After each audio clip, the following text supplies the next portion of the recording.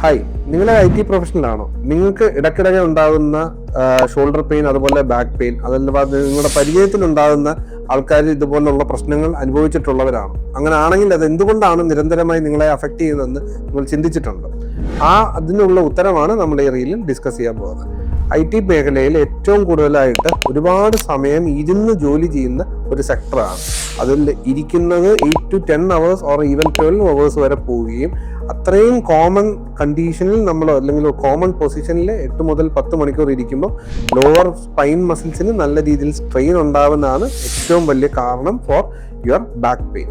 Second, position of your laptop അല്ലെങ്കിൽ നമ്മൾ system use ചെയ്യുമ്പോൾ പലപ്പോഴും ഞാൻ എൻ്റെ വരുന്ന ക്ലയൻസിൻ്റെ അടുത്ത് അല്ലെങ്കിൽ പേഷ്യൻസിൻ്റെ അടുത്ത് ചോദിക്കുമ്പോൾ ഞങ്ങൾ ലാപ്ടോപ്പ് ഞങ്ങളുടെ കൺവീനിയൻസിന് യൂസ് ചെയ്യുന്നു. ചിലവർ ലാപ്പിൽ വെച്ചായിരിക്കും യൂസ് ചെയ്യുന്നത്, ചിലവർ ഡെസ്കിൽ വെച്ചായിരിക്കും യൂസ് ചെയ്യുന്നത്, ചിലവർ ഇച്ചിരി സ്ലൗച്ചായിട്ട് ഒരു കൗച്ചിൽ നിന്നും ഒരു വല്ലാത്ത പൊസിഷനിലായിരിക്കും യൂസ് ചെയ്യുന്നത്.